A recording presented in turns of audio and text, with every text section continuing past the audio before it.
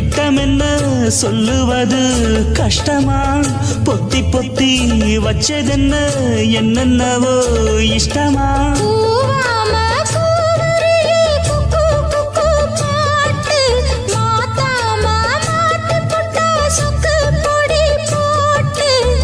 யாரிடத்தில் உன் மனசு போச்சு நூலை போல உன் உடம்பு ஆச்சு